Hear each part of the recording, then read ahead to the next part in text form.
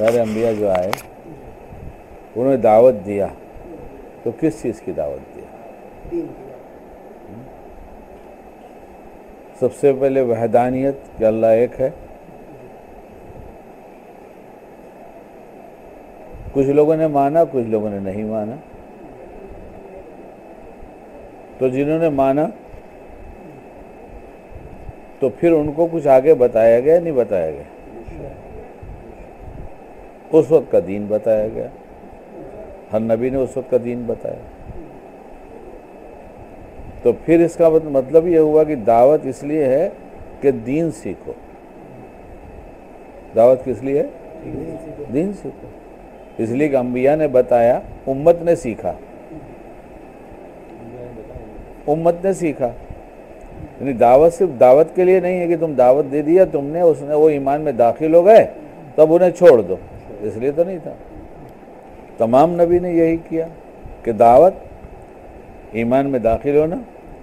जिन्होंने नहीं माना उनको वो जैसे चाहे ज़िंदगी गुजारें, जिन्होंने मान लिया उन्हें दीन पर चलना होगा। तो दीन पे चलना होगा तो दीन सीखना पड़ेगा। अगर दावत है और दीन नहीं तो मैं तो इसे दावत से अदावत समझता हूँ। ये दावत से अदावत है, दुश्मनी है। तो दावत से, अगर दावत इसलिए दी जा रही है कि दीन पर आओ तो दीन सीखना पड़ेगा। और हमारी तबलीग जो मौलाना इलियास साहब रहमतुल्लाह की तबलीग है, जिसमें ज़िंदगी लगाया अल्लाह की दी तौफीक से, उस तबलीग में एक नंबर ही है इल्म। और उससे यही चाहा जाता तुम सीखो। अब तुमको दीन पर चलना है, तुम सीखो। इसलिए दावत इसलिए नहीं कि सिर्फ दावत दो दावत दो दावत दो, बल्कि दावत दीन सीखने के लिए कि दीन ईमान में दाखिल हो और दीन सीखो। हम लोग पहले ही से अल्हम्दुलिल्लाह अल्लाह की दी तौफीक से ईमान वाले हैं, इसलिए हमें अब दीन सीखना पड़ेगा। और दीन कितना सीखो? खाली नमाज रोजे हज ज़कात का नहीं सीखो, इतना सीखो कि ज़िंदगी में हर अमल हुज़ूर पाक अलैहिस्सलाम की शरीयत के मुताबिक होने लगे। इतना सीखना है। उसमें रहन सहन है जिसको माशरत कहा जाता है, मामलात जिसमें लेन देन है, एक दूसरे के हुकूक है, अखलाक, अच्छे अखलाक। खाली अच्छे अखलाक सीखो नहीं, बल्कि अच्छे अखलाक और बुरे अखलाक का इल्म होना फ़राइज़ का दर्जा रखता है। इसलिए इंतहाई ज़रूरी है कि इसे सीखा जाए कि अच्छा अखलाक किसे कहते हैं, बुरा अखलाक किसे कहते हैं। तो जब ये सीखेंगे नहीं तो दीन पे चलेंगे नहीं, और जो दीन पे चलेंगे नहीं तो फिर सोचना पड़ेगा भाई, जो दीन पे नहीं चलेगा मर के जाने के बाद कब्र में जो सवाल होगा मा दीनों का होगा ना। तो जब चले ही नहीं और फिक्र ही नहीं किसी शोबे की, तो बताएंगे क्या? वहाँ तो सवाल होगा मा दीनों का, कब्र में सवाल होगा ना।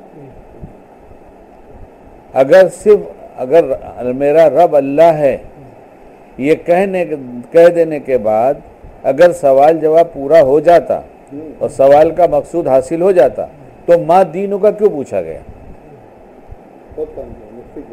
दावत में सिर्फ अपने रब की तरफ बुलाया नहीं गया कि तुम्हारे रब की तरफ आओ, बल्कि ईमान लाओ और अमल सालेह करो। अमल सालेह का मतलब है नहीं नमाज पढ़ो, 24 घंटे में जो अमल करो वो अच्छे अमल बन जाए, वो सारे अमल अच्छे बन जाए। और अच्छे कब बनेंगे? जब वो नबी करीम सल्लल्लाहु अलैहि वसल्लम के तरीके पर होंगे। तो गया पूरे दीन पर चलने के लिए पूरा दीन सीखना पड़ेगा। बगैर सीखे आदमी चल नहीं सकता, वरना और नहीं सीखता इसका मतलब ये किसी धोखे में पड़ा हुआ है। और धोखा इसलिए होगा कि अहले इल्म से ताल्लुक़ ना होगा तो दीन की बात समझेगा नहीं। वो तो चंद बातें उसी को बोलेगा, उसी को दोहराएगा, दावत करता रहेगा, उसे खुद पता नहीं हमें क्या करना चाहिए और आगे। इसलिए बहुत ज़रूरी है कि दावत के साथ दीन सीखने की मेहनत की जाए। वक्त लगाने की मेहनत नहीं, वक्त तो लगाया इसलिए जा रहा है कि दीन सीखना है, और वक्त लगा और दीन नहीं सीखना। अरे भाई, दुकान इसलिए नहीं खोली जाती कि मेरे मेन मार्केट में मेरी दुकान है और मेरा दुकान का गाला बहुत बड़ा है। हम बड़ी दुकान रोज़ शटर उठा के लोगों को दिखाएंगे कि आओ मेरी दुकान देखो कितनी बड़ी है, शाम तक एक भी ग्राहक नहीं, रोज़ दुकान खुलती है। तो दुकान तो नहीं खोलना मकसूद था, ये तो माल मकसूद था। छोटी दुकान है, 3 फुट उसका एंट्रेंस है, खाली बाकड़ा है छोटा सा, लेकिन रोज़ कमा के घर पे जाता है, और हमारी बड़ी दुकान है लेकिन हमारी कमाई कुछ नहीं। दीन तो कमाई की चीज़ थी ना, क्योंकि इसी को तो पूछा जाएगा। इसलिए ख्याल हुआ कि शकील अपने लिए दोहरा दे, खाली कलमा पढ़ लेने से, मुसलमान हो जाने से अगर काम चल जाता और शरीयत की कोई पाबंदी नहीं होती तो कोई काफिर बचता नहीं। मक्के का सब कलमा पढ़ लेते कि कलमा पढ़कर जब मनमानी ज़िंदगी हमें गुजारना है और आपकी हमें कुछ मानना ही नहीं है तो पढ़ने में हर्ज क्या है। अभी एक साहब ने दावा किया कि हम गैरों में काम करते हैं। हमने बहुत अच्छा करते हो, अच्छा काम है, करो, करना चाहिए, हर एक को करना चाहिए।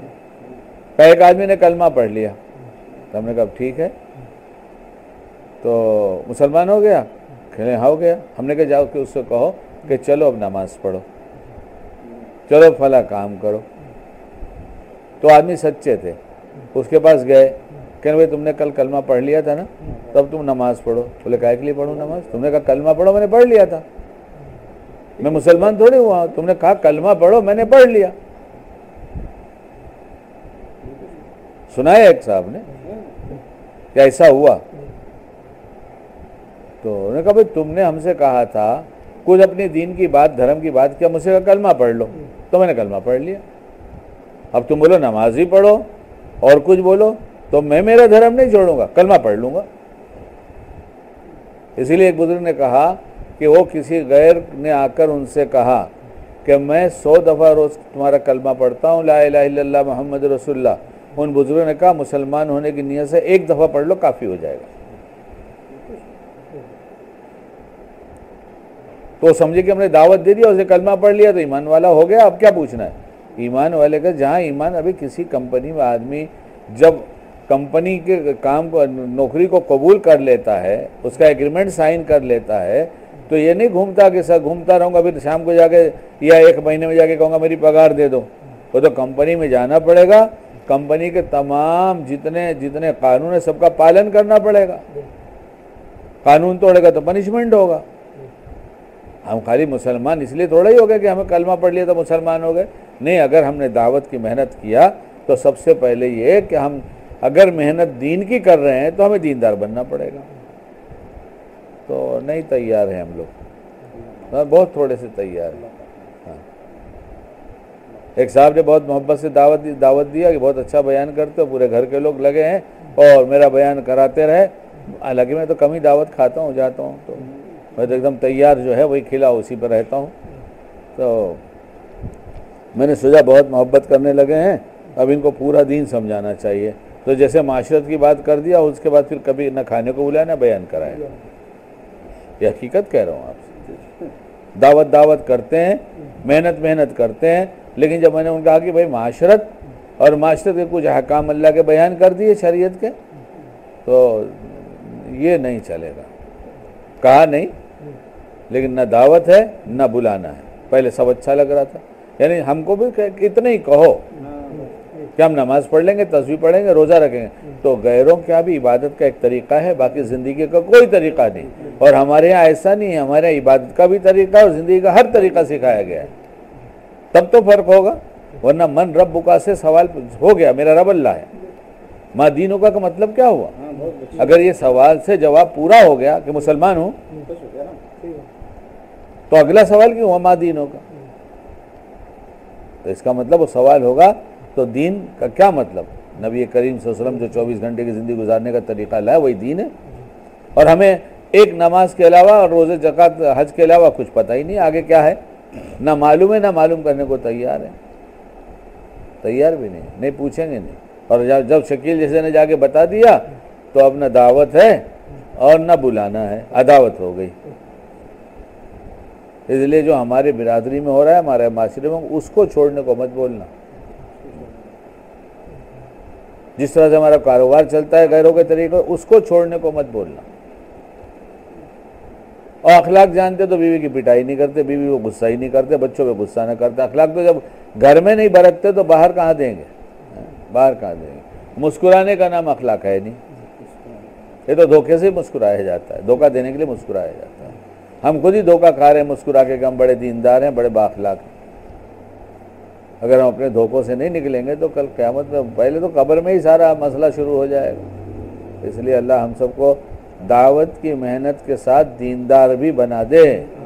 हाँ, अच्छी तकरीर करने से दीनदार नहीं होता, दावत की मेहनत करने का मतलब कि दीनदार भी है, ये मतलब नहीं है। दावत की बात तो कैसेट और सीडी में भी सुनी जाती है। कौन कहता है खड़े रह के बहुत दीनदार है? ये सीडी जो बोल रही बड़ी दीनदार है, ये कैसेट जो लगाया आपने बड़ा दीनदार है, वो किताब आपकी लाइब्रेरी में रखी हो बड़ी दीनदार है, कहीं नहीं कहीं कहता। दीनदार होने का मतलब शरई अहकाम को अपनी ज़िंदगी में अमली एतबार से नाफिज करना, तब दीनदार है।